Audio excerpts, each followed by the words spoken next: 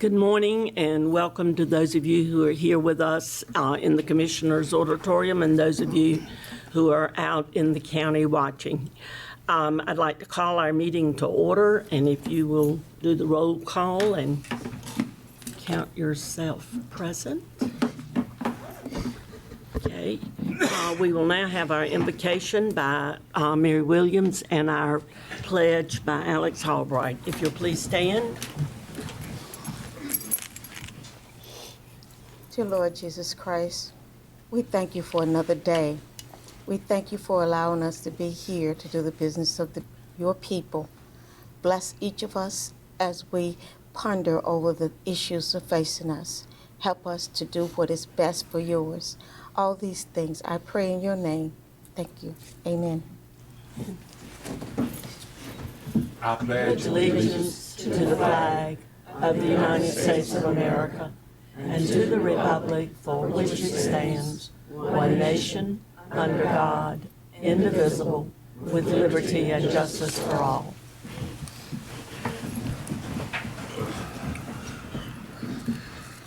I'll entertain a motion for approval of the agenda. Motion to approve. Second. Okay, there's been a motion and a second. If you'll vote, please, on the approval.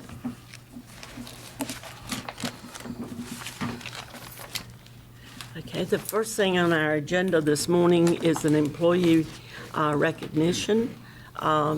Nanette Wainwright, if you're here, if you'll come forward. Is she here? Madam Chairman, if we can get a motion to approve this, and then we'll have her come up. A motion to approve. So move. Second? Second. Okay, if we'll vote.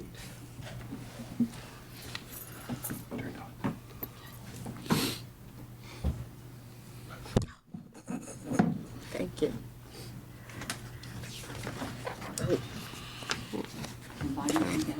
I was dreaming too. You had to remind me.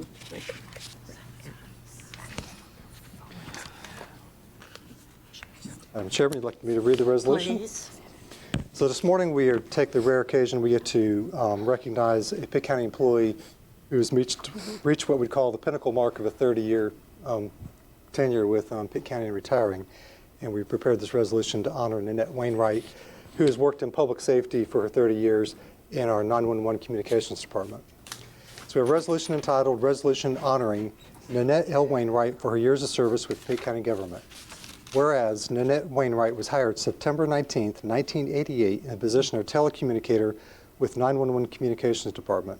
And whereas Nanette Wainwright was promoted to telecommunicator 2 in 1994 through 1996, and then promoted to telecommunicator shift leader in 1996 to the present today.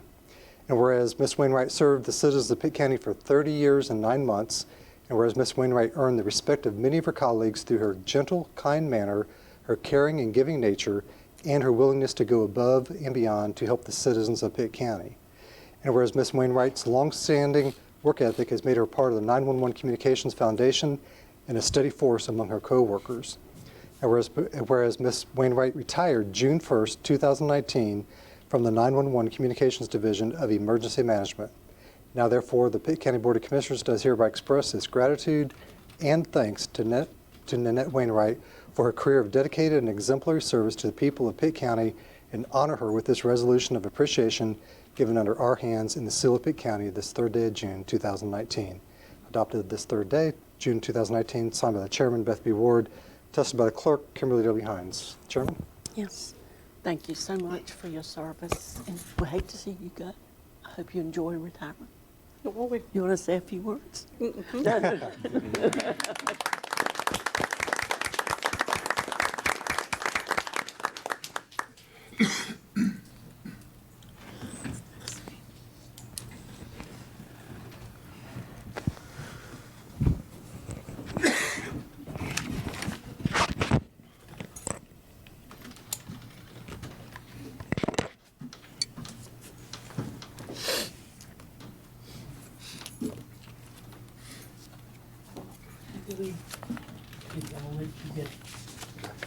Mike put up.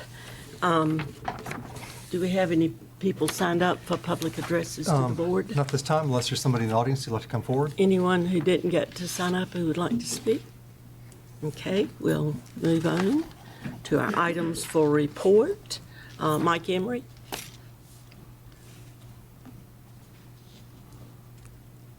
I think he's coming. He's coming out of the back. He's always on us to be able to come. Sorry, Mike. Good morning. Just a quick note, this is kind of the award season in our field, so I was here a couple months ago, but I'm just here to report that we recently won the North Carolina chapter of the Public Relations Society of America, their Inspire Award. We won an Award of Excellence as well as a Best in Class Award for our efforts on our communications response during Hurricane Florence. And I would just like to point out special thanks to emergency management, as this is an award that is just as much for my team as it is for emergency management and our ability to work together. So, Thank you.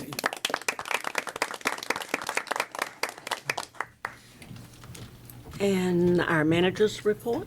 Scott? Yes, Madam Chairman, just a couple things. Your next meeting dates, tomorrow night at 7 p.m. is the public hearing on the proposed operating budget for fiscal year 1920.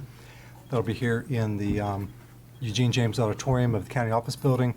We'll have overflow seating down in our EOC of the basement in case it's needed, and also may use overflow if we have to outside with a monitor at the front of the building.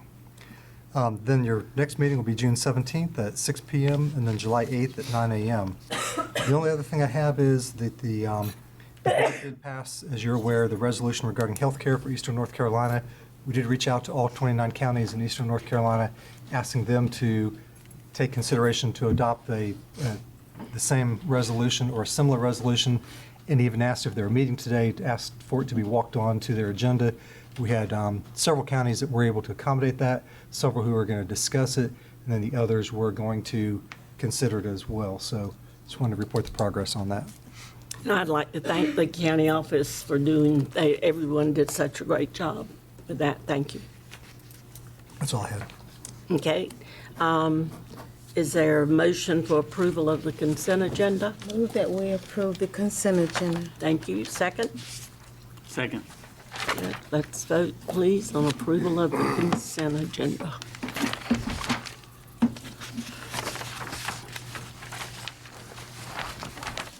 Okay, our next item is our item for discussion. We have one. We have Randy Gentry down, but I don't see him, so the sheriff or...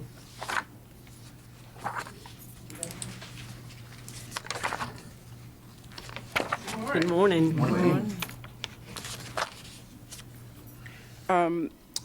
As previously asked, this board had asked us to look for a grant to help with the cost on the body cams. And we did find one and are in the process of applying for one. The application maximum cap is $500,000, which we will be applying for approximately that maximum amount. There is a 50% local match required on this grant. This grant will not pay for the storage cost. The storage cost is approximately $84,000 a year for 140 cameras. That's $50 a month times 12 months times 140 cameras. This total cost would be around $252,000 over the life of the grant. That's a 3-year period, starting October 1, 2019, and ending 9/30/2022. If the county commits to covering the storage cost, then it will meet that grant match requirement, and it will also cover expense that is not allowable under the grant reimbursement. By applying for this grant, we are trying to fulfill the BOCC's or the commissioner's request that we look for alternative funding sources. However, we cannot implement the program without the storage costs, and that is not allowable under the grant. Okay. Any questions? Do you have a comment? Yeah, if I can just interject or ask a question. When, Sheriff Dance, when staff met with your staff and yourself, a cost of $341,000 was identified. The $250,000 in data storage, I agree with, $85,000 a year, the county would have to come up with. Where did the $341,000 total cost, how does that compare to asking for the total $500,000? Let me pull up my grant administrator here as she wrote the grant. Good morning. In addition to the actual equipment, we are also asking the grant to reimburse overtime costs for the officers to attend the training. So that includes overtime costs for the 140 officers to attend an 8-hour training. So I guess in talking to Brian Barnett, our finance officer, he had illustrated a picture to me. We would have $85,000 in storage costs to commit to over each year for 3 years, then an additional about $57,000 in grant match for a total of about $142,000 per year.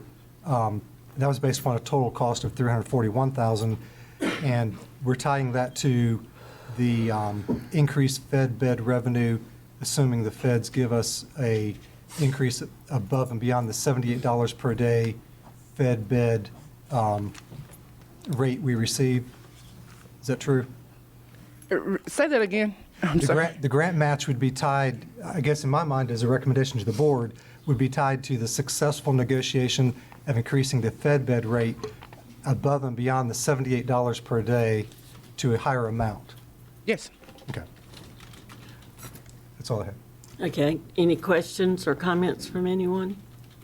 Just one other question. You do have in the title of this, the body-worn camera policy. Is there a policy you want the board to consider? Yes, we will have a policy in place at the time of the deployment of the body cams. So will the Board of Commissioners have to approve that policy? Well, I know that we have to have an approval from the district attorney's office And from BJA. and from BJA, and those were the two that we would need to submit with the application. Could we have a breakdown of roughly who's 140 cameras? Who's going to be wearing them? I don't want a list, but it's going to be all people and We will have one for every sworn officer Okay, all within right. the department. Thanks. And I did want to add that we, in due diligence, are trying to make sure that we're getting the best cost for the cameras. So we have negotiated with 4 different companies, or talked with 4 different companies to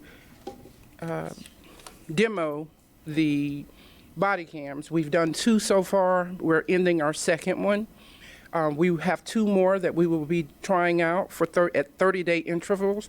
And we suspect that by going out in that manner and using those different body camera suppliers, we're hoping that that's going to help to kind of drive the costs as well, as far as the competition goes, to get our business. Yes, honey. Sheriff Dance, during the budget meeting, I'm sorry, a little froggy. During the budget meeting, I made a comment relating to the officers and their wearing of because in some of the news media, they don't turn them on.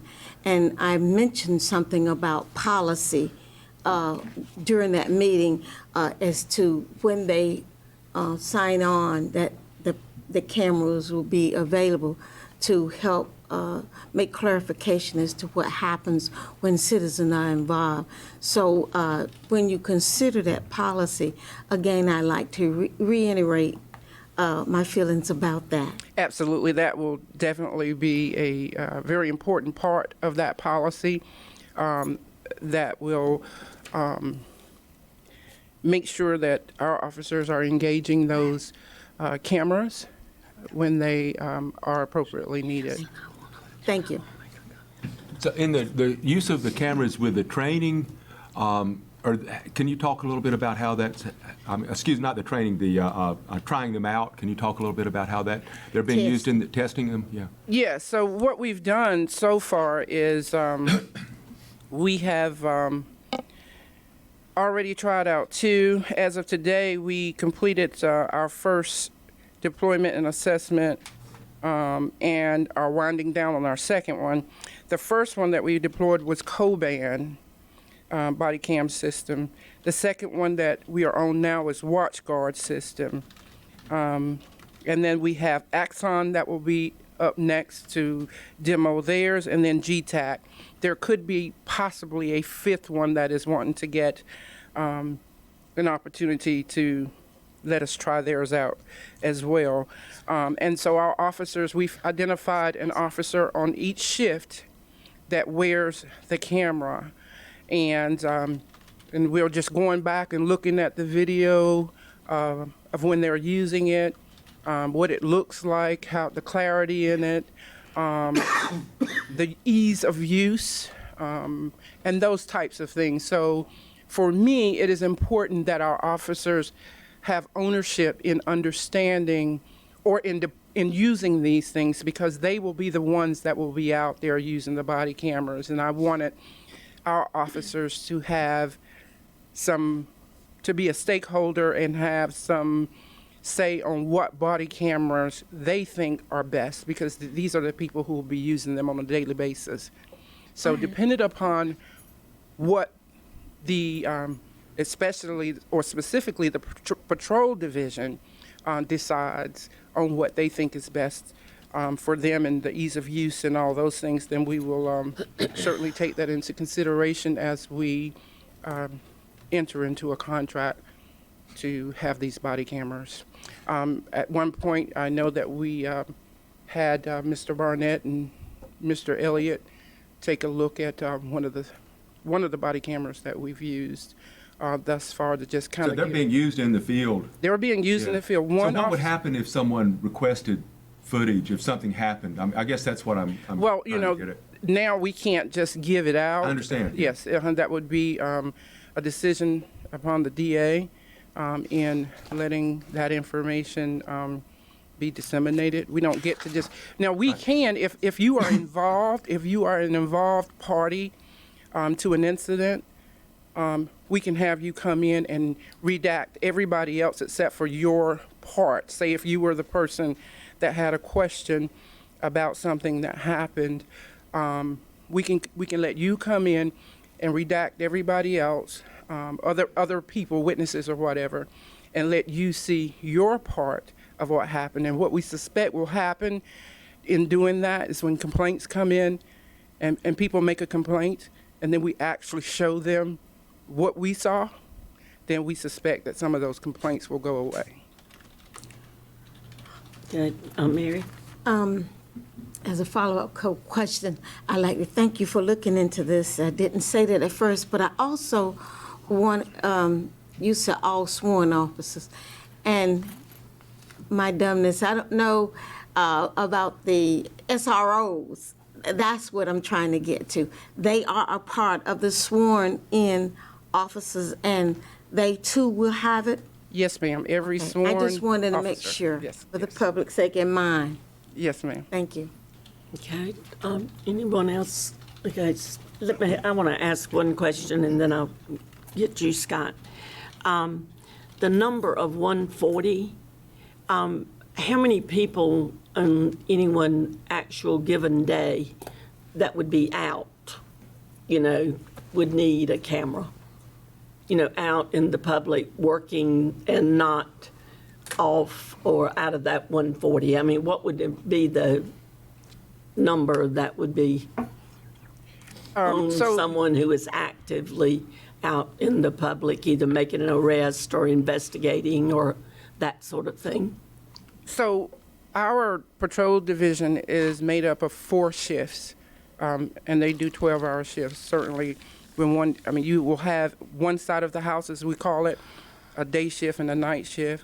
That's at least 24 people. That's just for patrol.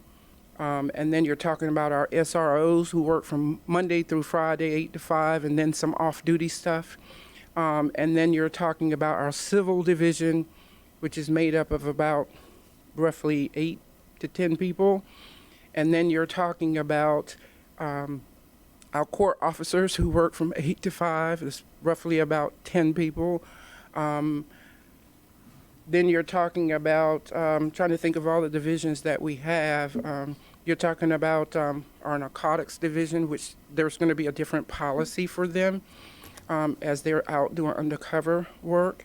So at any given time, I'd say if you're talking about half and half, somewhere around 50, 60, 70 officers per day wearing those body cams. Now, that's not to include officers who are going out to work contract time, to work events, such as football games or baseball games or off-duty contracts. They could be out at any given time. I can't tell you how many officers would be out. The reason I'm asking this question is I've had some phone calls and citizens, and the number of 140 would be if everybody had one clipped on, and you just said there were, be 40 one shift and maybe 40. I'm just trying to paraphrase, but do we need 140 cameras, or could that number be reduced? I don't feel that number can be reduced. Each officer would need to have a camera. Do they take the camera home with them, or do they check it out when they come in? We were going to not have them check it out, but if John maybe can explain. I'm just, trying to just kind of get my head around it, answering some questions that have been asked. Most of the vendors recommend you have a docking station at the office where the digital video is uploaded to the cloud is what we're looking at. But those would come back home with them, and they would have them. As y'all are aware, with the sheriff's office, our day starts as soon as we step in the car and check on duty, and we're subject to answer a call at any point in time. And as we mentioned with the award earlier with the hurricane, all bets are off when we face situations like that. I may be a division chief today working in an office, but if we have the flood, I'm liable to be out in the field holding up a intersection or whatever. So it's great technology. The equipment itself isn't the real burden. It's the cost of the storage where your real cost comes in, and unfortunately, the majority of the federal grants do not cover that cost. It's used as seed money to get us off the ground. But I kind of liken it to the game systems of today, where people give cuts in the game system, so the manufacturer makes the money off the software. It's the same thing here. What's driving their revenue as a business is the storage. The cost of the equipment is relatively small in comparison to everything else. Okay, thank you. Scott? Yeah, one question and then one point on the motion. In terms of a dedicated person to manage the redaction of the images and so forth, my understanding is that the sheriff's office is going to retask or reassign an existing individual to take on that responsibility. Just want to confirm that. Yes, sir. He doesn't know it yet, but yes, sir, I will be assigned. Thank you for letting me get out of that. But yes, sir, there will be. he knows it now. I'm sorry, I didn't catch it. What did you say? There will be an officer that will be tasked. This Okay. will become one of his duties. Great. Then the second thing is on the motion that has been recommended approval by the board to apply for the grant funding, which is what you're here to do, to get the board's approval to apply. But it says then to appropriate the required matching funds. I would recommend to the board to pledge the funds, and then the appropriation would be considered once you receive grant funding and moving forward as such. And I did want to just quickly make sure that everyone understands that this is a reimbursable grant. We would need the monies appropriated, and then we get reimbursed. Okay, Ms. Huggins, you have, I'm ready for the motion. that's fine. I move that this body pledge the support of the, what else I want to say? For the application of the grant funds. Yeah, support the pledge of the application of the grant for the body camera. I'd like to second that. Madam Chair, and second that, I'd like to just ask one other follow-up question. I think you talked about this earlier, about has there been a best practice company that would identify the the credibility, the clarity, the resolution of these cameras? Have you identified any specific company that has been known to be a best practice in terms of?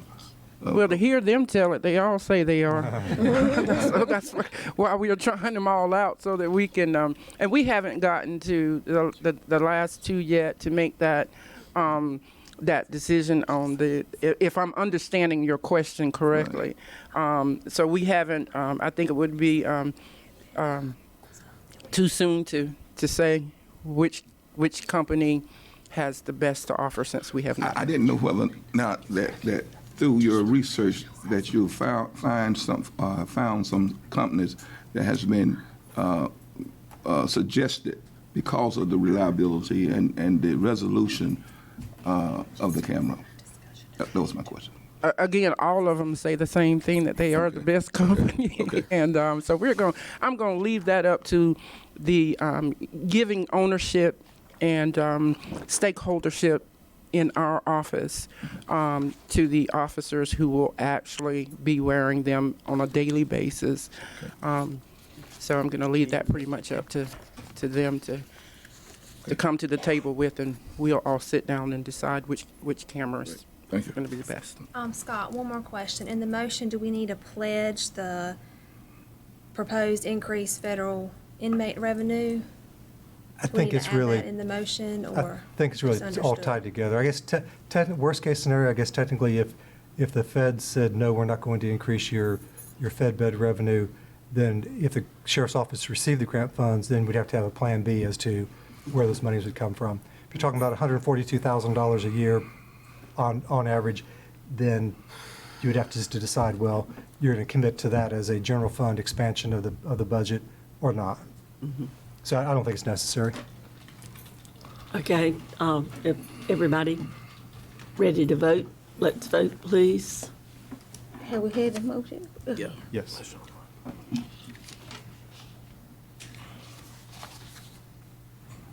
Is it working? Yes.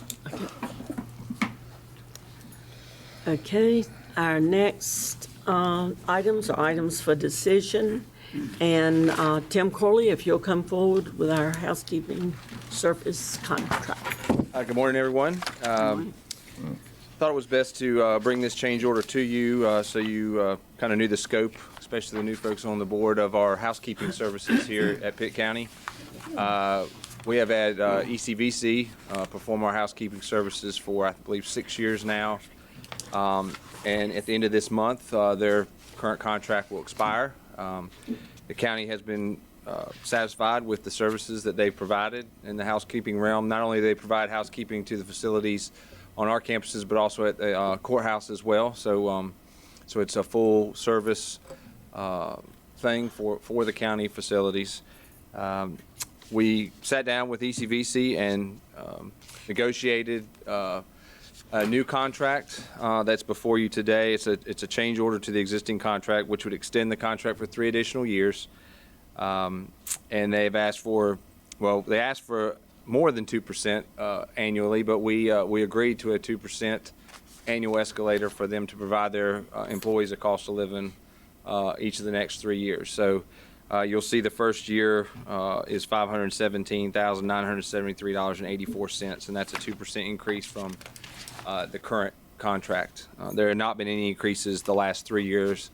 However, there was one initially. They have come back and asked the last 2 years for increases, so we thought it was probably appropriate for them to get some sort of increase for their employees. So asking for authorization to execute this change order for $517,973.84 for the first year, and then the following years, which is included in the change order in your package, and authorize the county manager to execute that change order. If you have any questions, I'll be happy to answer them. Okay, any questions? Madam Chair, I'd like to recommend that we do this because I think this reaching out to ECVC, a company that works with disabled disabilities, and that we have been known to work with that company for over the years, and I certainly think that this would be appropriate to approve this, and as we continue our relationship with ECVC. So, motion to approve. Second. Second, okay. Any other comments? Okay. Let's vote, please.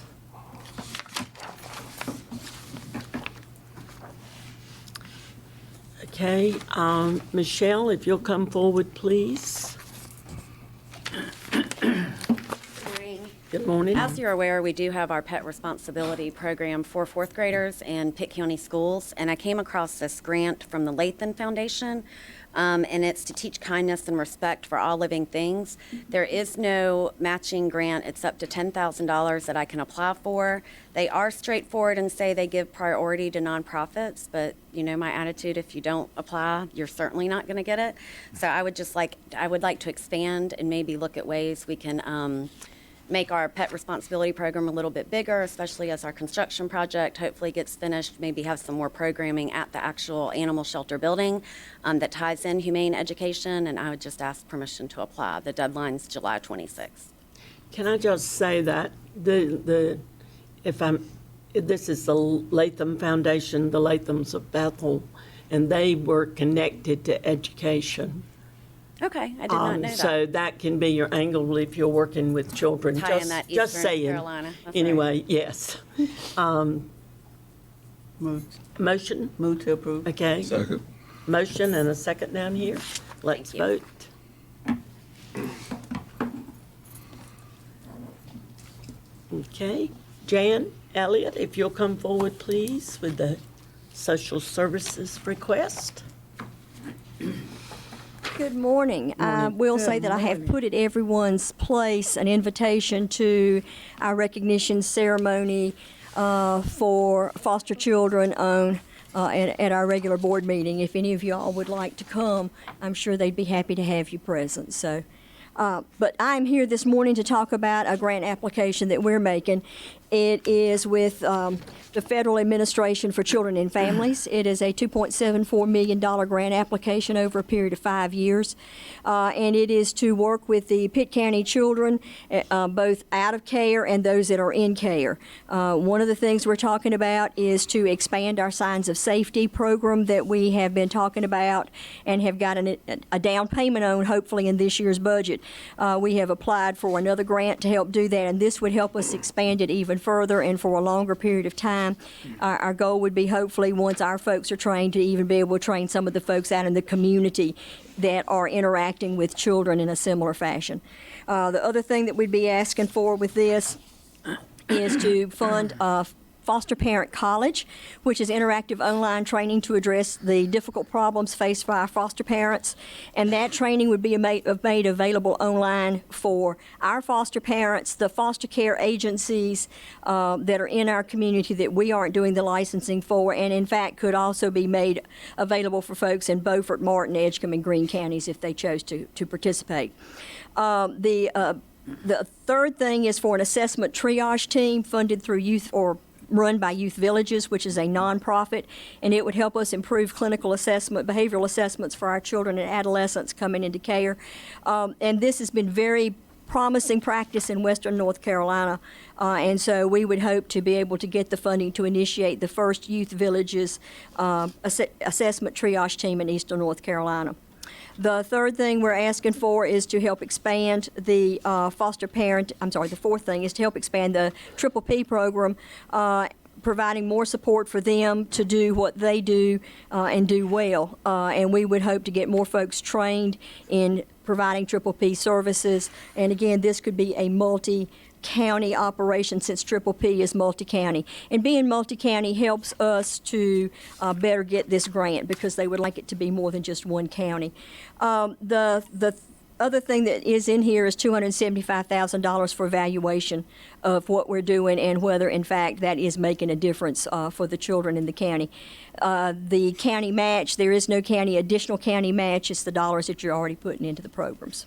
So I'm asking to be approved to apply for this grant.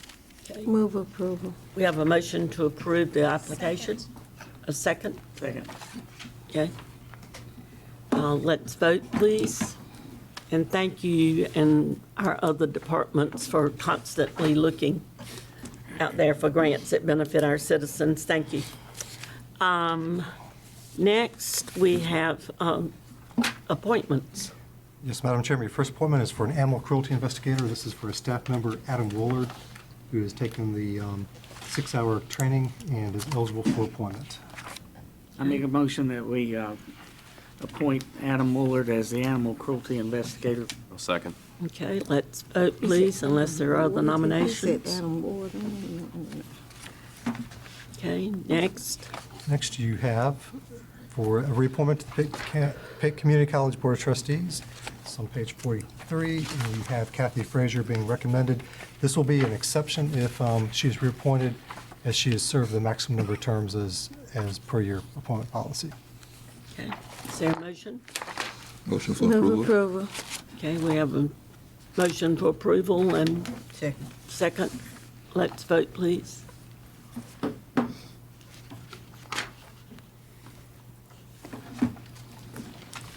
And your third one is both an appointment and a reappointment to the Pitt Greenville Airport Authority on page 68. You have the reappointment of John Banks, and again, this one would be an exception to your appointment policy, and a recommendation for the appointment of Terry Monday to be a new appointment to the PGV Airport Authority.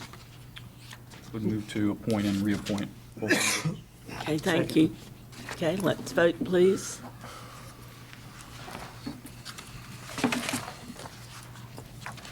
Okay. I think that's it, and we need a motion first to go into closed session. Yes, it has been suggested that this board go into closed session pursuant to North Carolina General Statute 143-318.11A3, attorney-client privilege to consult with an attorney employed by the public body in order to preserve that attorney-client privilege between the attorney and the public body, and also under Section A1 to prevent the disclosure of information that is privileged or confidential pursuant to the law of this state or of the United States and not considered a public record within the meaning of Chapter 132. As required, the litigation we'll discuss is ECU and UNC versus Pitt County and Biden. Okay. So moved. Okay, second? Second. All right, all in favor, please vote. Closed session. Okay.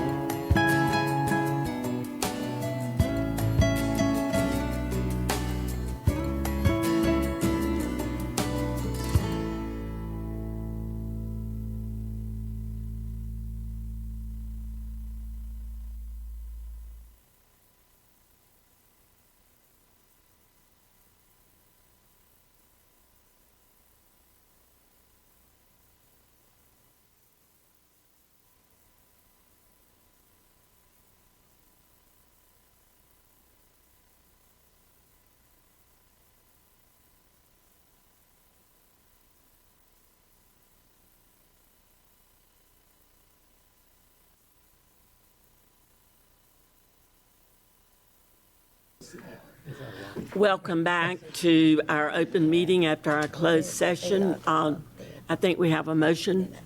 I make a motion to approve the closed session minutes from April 22nd and May 20th of 2019. I second it. Okay, all in favor, if you'll just vote, please. Okay, that motion passes. If there are no, okay, we'll do commissioners' comments. No comment. Okay, all right. I do want to comment. I attended the Honor Ridge tour of veterans' homes on Thursday, I believe it was, Thursday, Friday. And that is just an outstanding property that the Greenville Housing Development has built for our homeless veterans. Two veterans spoke to us about their period of homelessness, and it was just really uplifting to see that I believe it's 14 units that they built for homeless veterans. So I think it's a plus for Greenville and Pitt County to answer the call of our homeless veterans. Thank you, Ian. Thank you, Mr. Chair. I had an opportunity to attend the national conference for ECVC on last Monday, that Monday that we had the board meeting, and that's why I wasn't here. But I wanted to say that we should be very proud of the national recognition that ECVC is getting for their recycling and for their ability to continue to work with the people with disabilities. So it was very positive. Thank you. Thank you.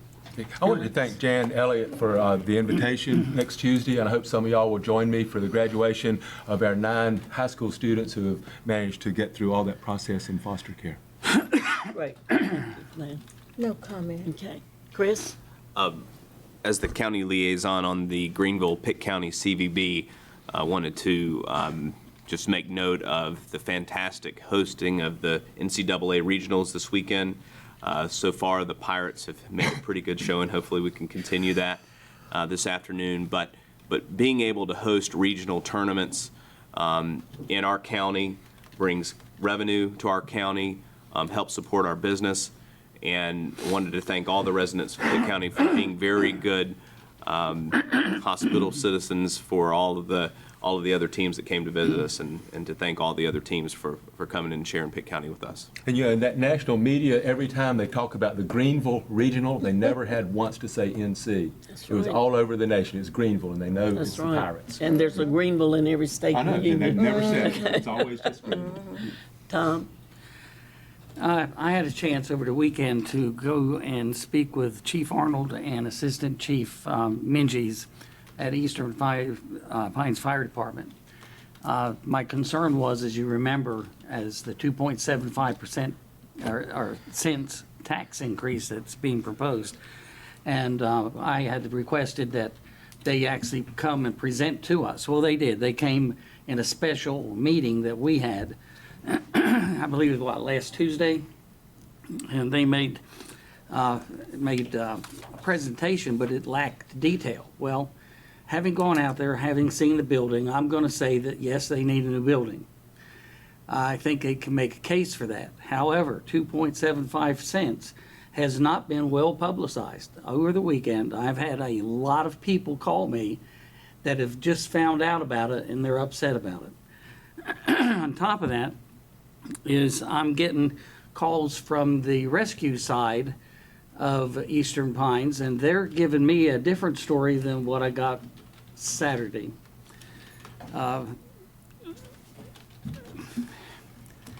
If the 2.75 cents is in the budget request or the approval for tomorrow night, I will vote against it, because I believe that it needs more public input, and it needs more, I'm going to say, description as to how they're going to do what they're going to do. And I'm still concerned with the fact that it's going to be public monies. They're going to be spent to buy a facility that's not owned by the county. And even though they provide the fire and rescue services, does it really have to be what they drew? What they have is a 50-year building. It's well thought out. It's got drive-through bays instead of having back in. There's a lot of amenities to it. And overall, I think they'd be a whole lot better off. But it's going to be a big tax increase. If we have a 3-cent county tax increase, we have a 2.75 cent increase, that comes out to about 8.5 or 9% increase on taxes to that district. I'm also worried about the slippery slope. When they do this, will other districts also be wanting to do the same? And so anyway, I think it needs more debate, more discussion. No further comment.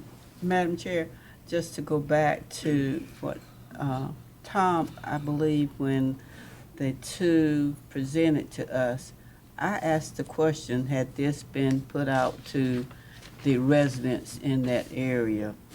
And I think the answer was that that board with, I guess, with residents on that board or representation or whatever, they felt that they had met that that requirement, I guess, so of people being informed. Right. But from what you're saying there, Tom, that did not take place. And Well, just think of our budget process, if I may interject. It came up and it was kind of like a sideline. And I had to ask for more information on a justification to such a large increase. Why was that not presented just at the very beginning as part of the plan? That would have been more open. So it wasn't really discussed in great detail in our budget process. And the people, they're saying that the only place that they have seen it is like in the paper. It's not been mentioned on the news, or if it has, it's been just one of those casual comments, and so it's not getting a lot of press time. And over the weekend, Phyllis, my wife, could attest to this, that I was answering the phone about half the time I was supposed to be doing yard work. As every time I get started or pressure washing, I had to go answer a phone. And people are a little bit taken back by that amount of an increase. Okay, anything else? If just to Okay. follow up on the tag, I guess, because there seems to be a concern that maybe there was not enough public knowledge. What would be and this is a question for Scott, what would be, would there be a downside to hearing our public comments tomorrow, having anyone in the public come before us, and then maybe not having as an item decision potential adoption of the budget ordinance, but pushing that off into our next meeting just to allow time for deliberation and thought? If there's a concern that the public hasn't been made aware of it. Yeah, that was always an option to receive the public comments tomorrow night at 7 o'clock, and then if you, you can adopt that budget tomorrow night, or if you want to put it off till the next meeting, just as long as you do it by June 30th. I guess historically, with the 20 different volunteer fire departments, the tax increases, admittedly, I don't think we've had any quite this large with 2 of them, but in the past years, pretty much you've relied upon them because they are volunteer service. They are providing a much-needed service that if they didn't provide, we would have to staff and provide in those communities at some level. For the most part, you as a board have relied upon their discretion and wisdom, per se, in how they, what they present to you for their budgets and their tax increases. Not to say you don't have the right to question it, because at the end of the day, you do adopt the budget ordinance that does increase taxes both in the general fund as well as any other taxes, i.e. volunteer fire departments. And I think, let me just say, how many county-owned fire departments do we have? None. None. And we, historically, we have allowed, as Scott said, each entity to deal with their local fire departments. The state of North Carolina, back, how long ago has it been, Scott? Kind of put it back on the counties and in other words, all of the fire departments, volunteer fire departments we pay salaries of two though, don't we? Some of the departments do have full, well, not full-time. No, but- the but- county. No, that, you're thinking EMS. We do have. Okay, just EMS, it's not 10 the EMS fire. squads, 2 But county the ranch. fire departments are volunteer, they're local, they deal with their local people in their fire district. And the county has not gotten into that over the years, except we give an amount of money from Pitt County to support each and every one of those volunteer fire departments. So I understand what Tom is saying. Well, they did not hold a public meeting. But I'm saying they need to be doing more, and I agree with you on that, on their local, they need to be doing that. We have always given them that authority as the volunteer fire department in their region. So, with that said, I agree with you on that, and, maybe they'll agree to do that, I don't know. But, and like Ann said, and I also asked the question of two of their volunteer firemen out there, if they had vetted this with the community, like called a meeting or door to door, because that's a very active community out there in that volunteer fire station and always has been. So, with that said, I don't think we want to start, being county volunteer fire, directors. So That was my saving grace in voting. We're voting for that because this is what they do, and not what we do. And yes, I did want to know that the community had been informed, but to me, the actual tax increase falls on them and not on us. So that was kind of the way I decided to handle it. Okay. And vote in favor of. And this is a them. partnership between the county government and these volunteer squads. Yes. If we had to staff up fire departments throughout the county, it would be astronomical in Yes. terms of couldn't the do cost. it, no way. And it's a community stronghold in most communities, no matter how large or small it is. Yes. Okay, So, I will entertain a motion for adjournment. so move. Okay, all in vote, let's vote, it's up. And the ayes have it. Thank you very much.